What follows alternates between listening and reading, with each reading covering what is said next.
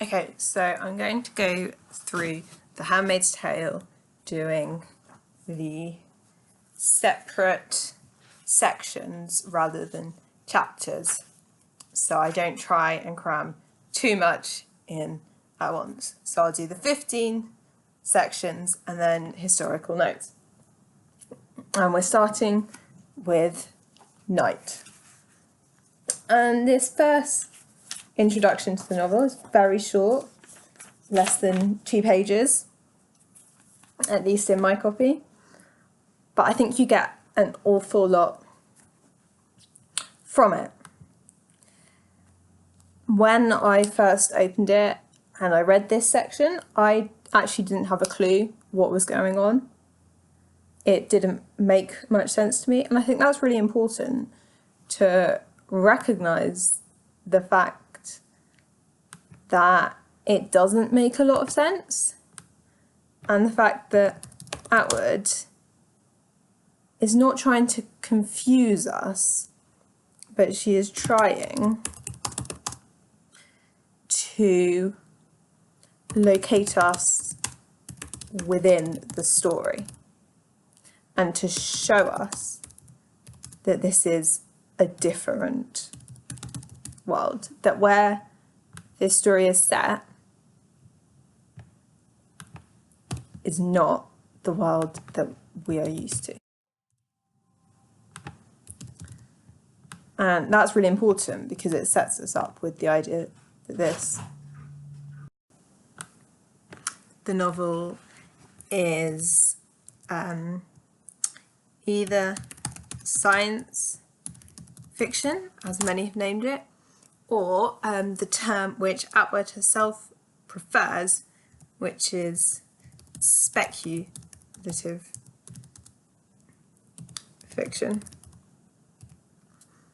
And it's very interesting to look into why Atwood calls it speculative fiction.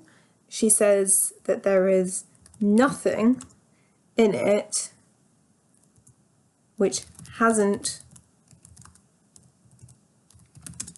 already happened. And that's why she believes that she is writing speculative fiction rather than science fiction.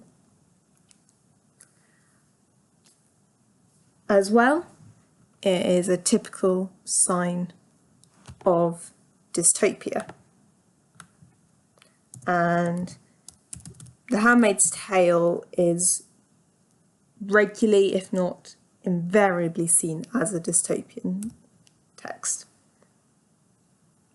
I think it is clear from the first chapter in many ways that this is a dystopia because of the lack of freedom, which is already clear.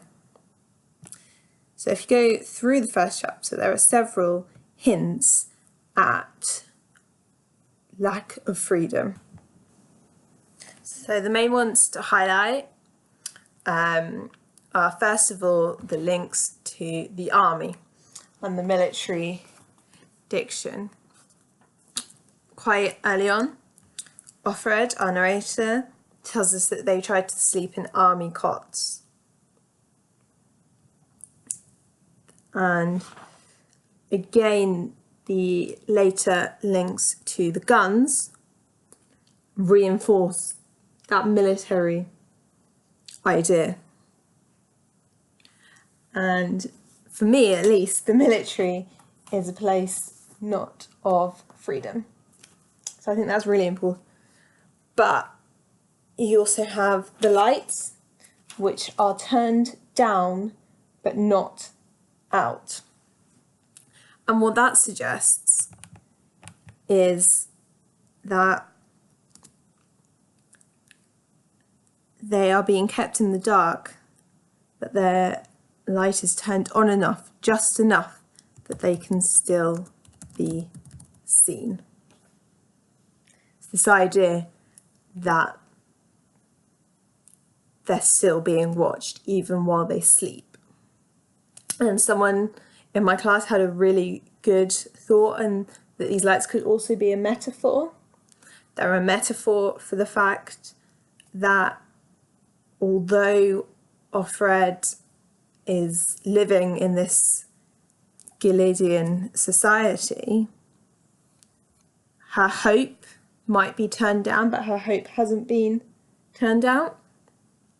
And that's, I think, a really good alternative interpretation. But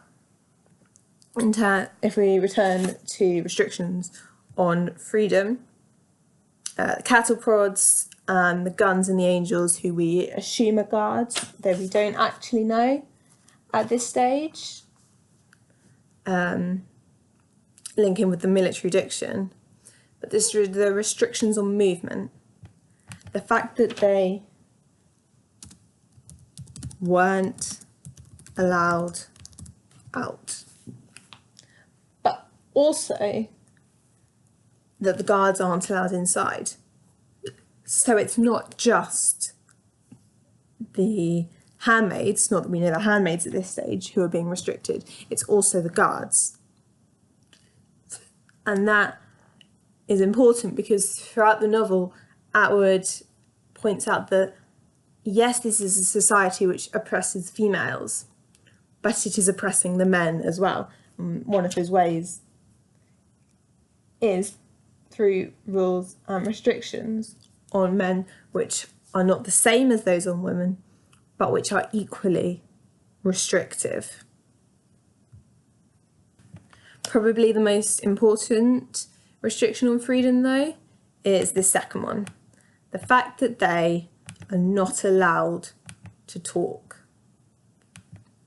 Because by not allowing the girls to talk, they're stopping communication, which is a vital part of human life. And they're stopping the spread of ideas, which is a really key point, not only in dystopian fiction, but also in real life totalitarian regimes. Now, it's not always the literal prohibition on speaking, which we see here, but if you consider, for example, the Nazi regime or Stalin's Russia or Mao's China, all of these regimes focus to some extent on the restriction of their citizens, and one of the ways they do that is in the removal of the freedom of speech. That's also really important, especially for an American audience. Obviously, this is written by a Canadian. It's going to automatically hit the large markets of America and the UK, and America especially, where freedom is such a big deal. Freedom is part of their constitution. And actually, as we later find out, this is set in America rather than Canada. And the idea that their fundamental right to freedom is being removed is very powerful. What is more so, I think, is the importance which comes from naming. Because at the end of the section, the final line is that list of names. Alma, Janine,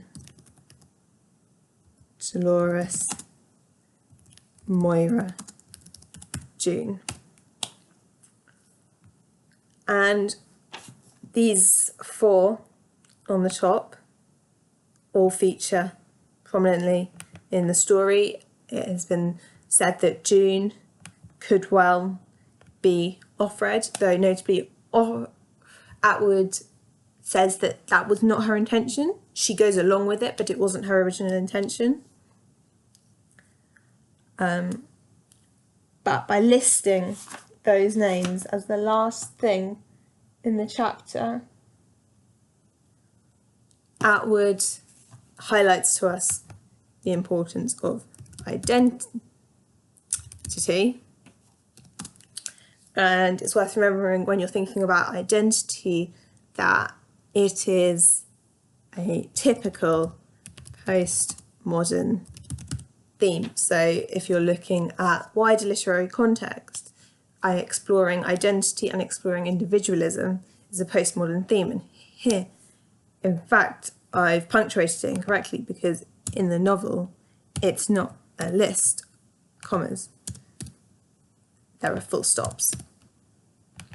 Each name is a minor sentence. Each name is separate.